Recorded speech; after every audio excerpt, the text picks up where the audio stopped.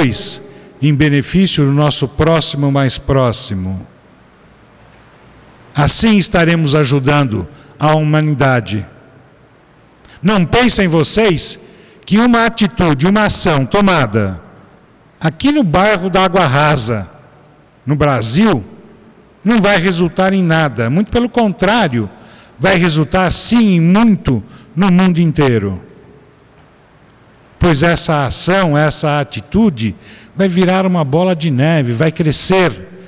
Nós estamos tomando atitude aqui, o nosso vizinho da Vila Formosa viu, aprendeu e fez a mesma coisa, o vizinho da Vila Carrão da mesma forma, e assim vai indo. A cidade inteira como um objetivo único, o Estado, o país e o mundo, em benefício da evolução da humanidade. Mas por quê? Porque nós colocamos em prática a parábola dos talentos, fazendo com que se multiplicasse cada uma das nossas virtudes. E onde que nós fazemos isso? Nós iniciamos essa prática dentro da nossa casa, lá onde está a nossa família, naquele local que queremos transformar num lar. E quando falamos em lar, pressupomos o convívio harmonioso das pessoas que ali estão. E voltamos novamente aos preceitos que a doutrina espírita pregoa. Nada acontece por acaso. Aquelas pessoas que são as nossas parentes, que estão lá conosco sob o mesmo teto, não estão lá por acaso. Fomos nós que escolhemos estar com elas neste momento. Pois eram as pessoas, eram os espíritos necessários para a nossa evolução. Eram os espíritos com os quais tínhamos reajustes a fazer, débitos a realizar, acertos a serem compromissados. E é justamente com essas pessoas que nós vamos colocar em prática os nossos talentos. E isso me faz lembrar uma história de Michelangelo. Vocês já devem ter ouvido essa história da minha boca e de outras. Mas sempre é interessante a gente escutar uma história quando a história é bonita, quando a história nos faz pensar, quando a história nos faz refletir sobre aquilo que fazemos das nossas vidas. Michelangelo estava lá trabalhando em mais de uma obra sua, maravilhosa, tirando, esculpindo naquela pedra fria de mármore, tirando mais uma figura bela dessa pedra. E uma pessoa estava ali vendo Michelangelo trabalhar e admirando o seu trabalho. Quando de repente Michelangelo para descansar um pouco, essa pessoa chega próximo dele e trava uma conversa. Mestre, ainda bem que eu tenho olhos de ver, pois só você consegue tirar figuras tão maravilhosas, figuras tão belas dessa pedra fria de mármore. Só você tem um dom de mostrar aos olhos de quem pode ver figuras tão expressivas que antes não representavam nada e que hoje nós podemos viajar por elas e conhecer a sua beleza. Michelangelo então interrompe a pessoa e responde: eu não sou nada disso do que você está falando. Eu sou um reles trabalhador. Essa figura bela que você está vendo, que você disse que fui eu quem tirei, ela já estava aí, ela já estava dentro da pedra. Eu apenas fiz aparar as arestas. E é assim que devemos fazer, como Michelangelo, aparar as nossas arestas, deixar transparecer aquilo que é belo, que já está dentro de cada um de nós. que são as nossas virtudes, o nosso amor, a nossa fé, a nossa resignação, a nossa caridade, a nossa benevolência, a nossa vontade de ajuda ao próximo. Mostrar. Desta forma, nós estamos multiplicando os talentos que Deus nos deu. Desta forma, nós estamos dando um passo maior na nossa evolução. Fomos criados simples e ignorantes, mas destinados à perfeição, destinados à felicidade. E cabe a cada um de nós encurtar ou distanciar esse caminho, colocando em prática ou não a multiplicação dos talentos, multiplicando ou escondendo, diminuindo ou aumentando a nossa caminhada rumo à felicidade. E isso também me faz lembrar uma outra história. História essa verdadeira, história com H. O garoto de 6 anos não aguentou aquele cheiro delicioso de pão fresco e quente e falou para o pai: pai, estou com fome. E o pai falou: filho, espera mais um pouco, eu não tenho dinheiro para comprar o pão para você agora. Eu sei que nós já caminhamos muito, estamos desde cedo caminhando à procura de um emprego para mim, para que eu possa sustentar a você, sua mãe e seus irmãos. Vamos caminhar mais um pouco, quem sabe eu consiga arrumar alguma coisa e possa lhe comprar um pão.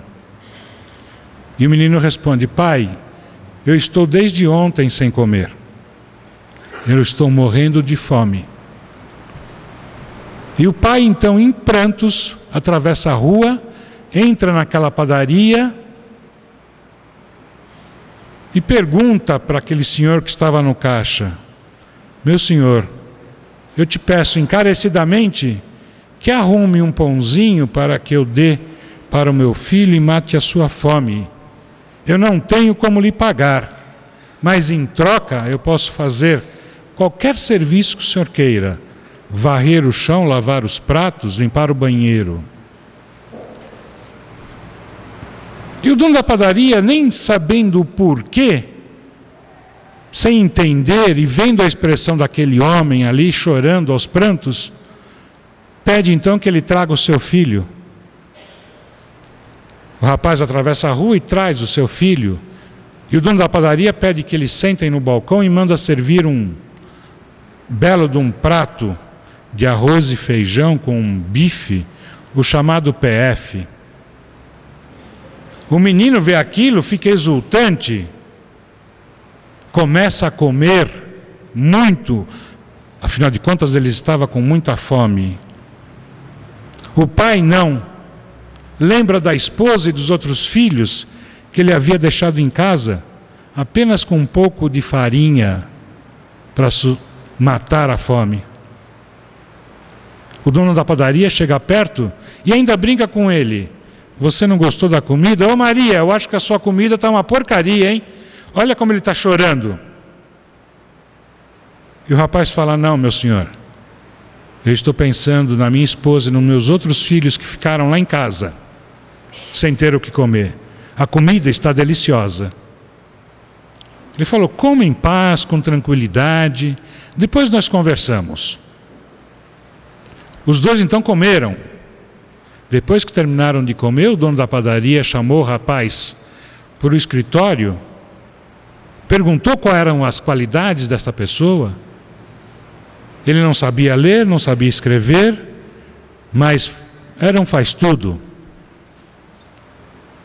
E mesmo sem entender o porquê, o dono da padaria lhe arrumou um emprego.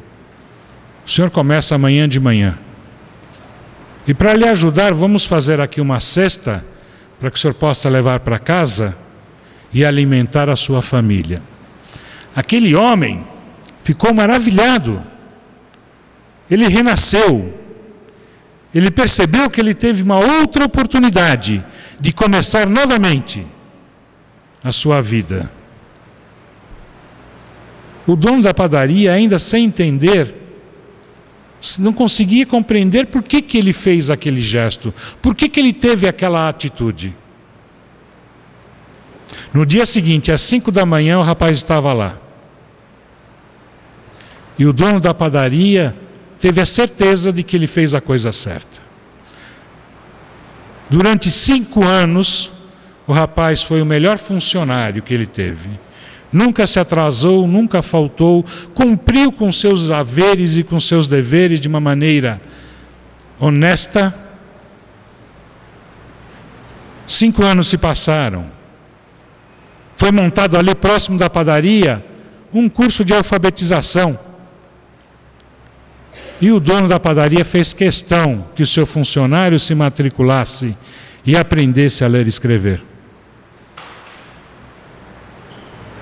Ele nunca vai esquecer o primeiro dia de aula, o primeiro desenho da primeira letra, a primeira palavra, a primeira sentença.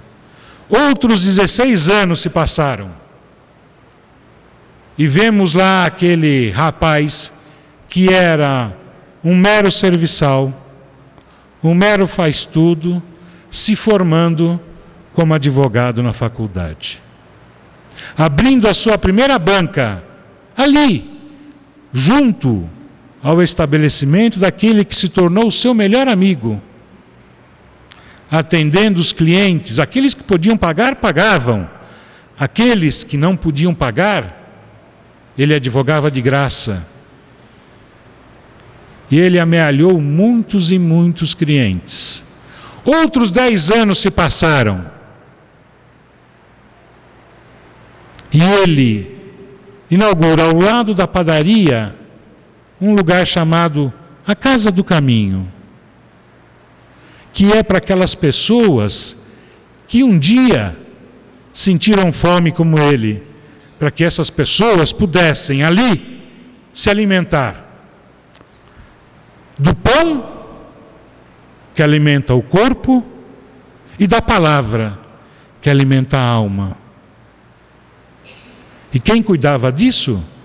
Aquele menino de 6 anos que morria de fome e que hoje era um excelente nutricionista. Alguns anos mais se passaram. Aos 82 anos, os dois desencarnaram no mesmo dia e na mesma hora.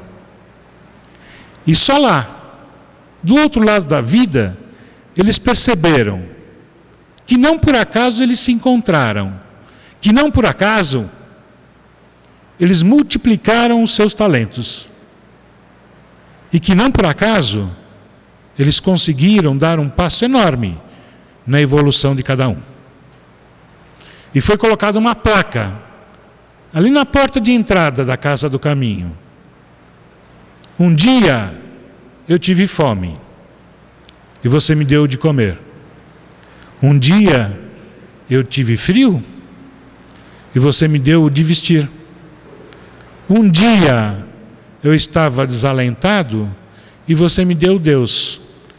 E isso foi a coisa mais maravilhosa que aconteceu na minha vida. Vamos então colocar em prática, multiplicar os nossos talentos, recomeçando hoje e fazendo um novo final, já que não podemos voltar atrás e fazer um novo começo. Uma boa noite a todos.